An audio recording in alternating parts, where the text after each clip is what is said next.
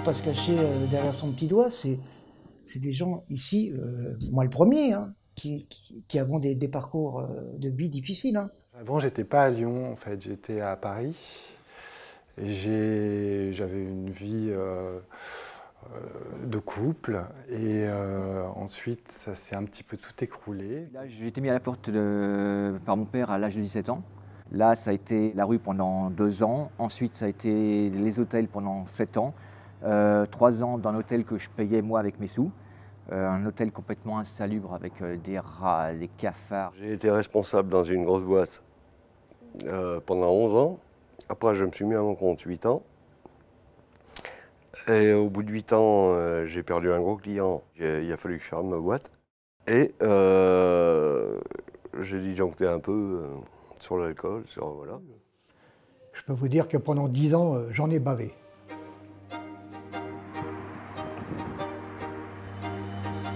On propose, c'est du logement accompagné, mais on insiste sur le terme de logement à la différence de l'hébergement.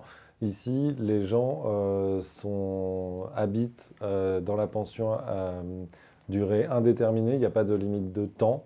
Les gens sont chez eux, habitent leur studio et partagent des parties communes qui sont une grande cuisine, un salon, un jardin. Mais chacun a son espace intime. Et c'est cette notion d'intimité qui est une notion centrale de la pension de famille et qui permet de se poser, de se reconstruire. On a un public qui malheureusement a eu un parcours de vie très très chaotique, notamment au niveau du parcours résidentiel.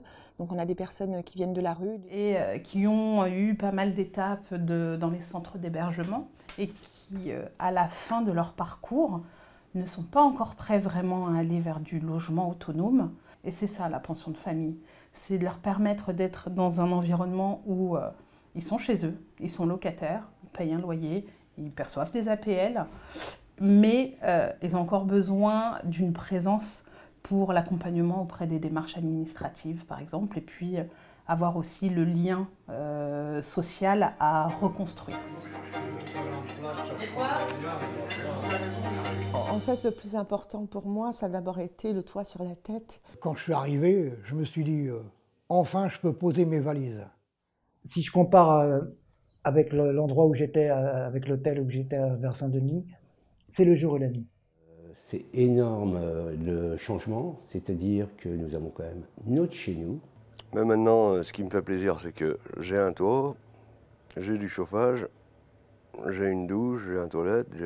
Un point de chute où on est stable, où on n'est pas à droite, à gauche. Je me sens en sécurité et en confiance, là. Nous avons disposons d'une boîte aux lettres, donc nous ne sommes plus anonymes. Et ça nous permet de rebondir déjà au niveau psychologique et pouvoir se projeter sur autre chose. De recommencer une nouvelle vie, une nouvelle étape avec de nouvelles personnes, mettre le passé complètement de côté. Redémarrer ma vie, quoi. J'ai pu refaire tous mes papiers, j'ai pu me reconstruire un petit peu. Il fallait absolument que je puisse reparler aux autres. Et le meilleur moyen de commencer à me resociabiliser, c'était ici, enfin c'était le fait de descendre dans les parties communes et de reprendre goût, quoi. Je suis bien ici. Je suis bien parce que je me sens entourée. Et on peut s'appuyer un petit peu sur les autres. On est bien accompagnés. Il y a la responsable de maison qui est là, qui est toujours à notre écoute. J'ai commencé à me remettre au dessin et à la peinture. Donc du coup, j'ai exposé dans le quartier durant 1 mois au Laurier. J'ai vendu une dizaine d'œuvres. Donc ça fait 2 ans maintenant, j'anime un atelier Point de Croix.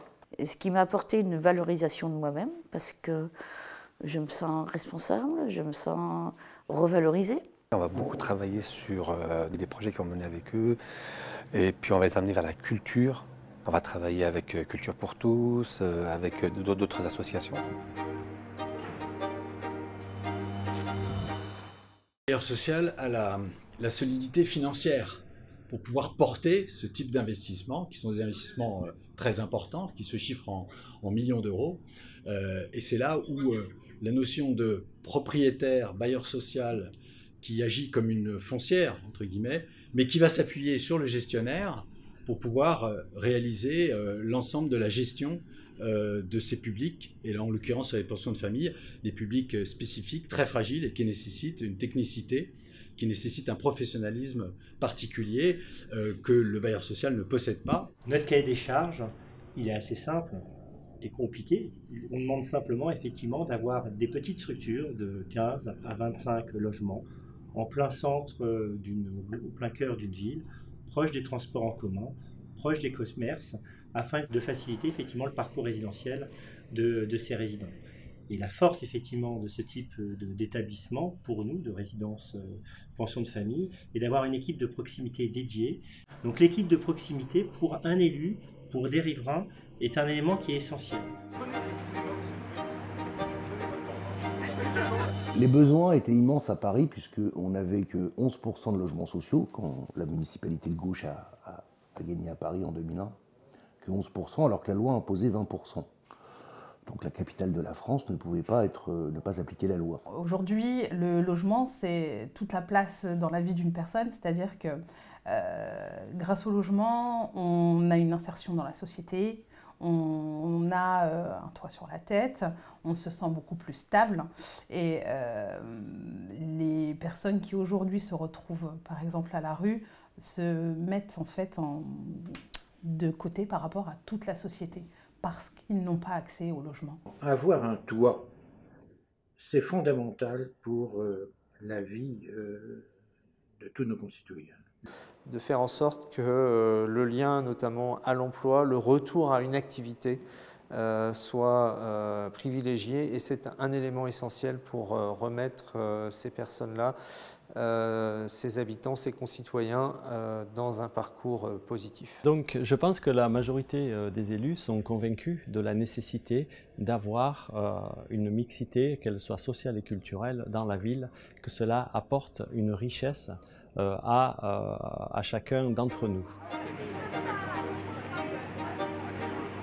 Il a fallu, enfin on en parlera peut-être, tout un problème d'explication, de concertation, de façon à accepter qu'au cœur d'un des quartiers relativement privilégiés de Versailles puisse s'installer une structure d'accueil pour personnes en difficulté. Alors c'est vrai qu'au début, il y a pu avoir des réticences qui se sont exprimées. On a organisé plusieurs réunions pour ça, pour essayer de déminer le terrain, on va dire, avant de monter le projet. Des réunions publiques à la mairie ont donné la parole aux habitants. Donc premièrement, dans les bistrots, il y avait un premier niveau où les gens venaient dire un peu leur peur, mais il va y avoir du bruit, il va y avoir des nuisances, il va y avoir des pédophiles, comment on peut protéger nos enfants. Est-ce que ces gens-là vont boire dans la rue? Est-ce qu'ils vont se bagarrer? La caricature du SDF, c'est un violeur d'enfants, c'est un voleur, c'est un mendiant. Ah bah, on va avoir des toxicomanes, on va avoir des voleurs, on va avoir ça. Bon, pas du tout. On est des gens comme les autres, en fait. Il faut simplement le laisser savoir. Et puis, petit à petit, grâce au dialogue, à l'explication, à la pédagogie, on est arrivé à faire accepter le projet.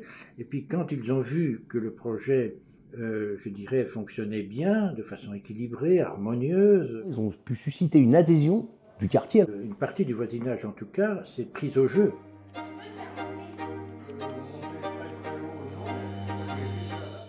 Après, c'est que du bonheur. Je veux dire, y compris, moi, comme maire, j'ai croisé des habitants qui sont venus me voir, qui m'ont dit, écoutez, monsieur le maire, on tient à vous le dire, au début, on a été un peu inquiets, et aujourd'hui, on est très contents. Et cette rue des Thermopyles, où il y a la majorité des habitants, c'est des propriétaires de petits pavillons, ils étaient dans l'attente d'enfin pouvoir accueillir les gens de la pension de famille. Au début, à l'ouverture, on a vraiment vécu ça, des gens qui voulaient offrir du lien social. C'était vraiment super.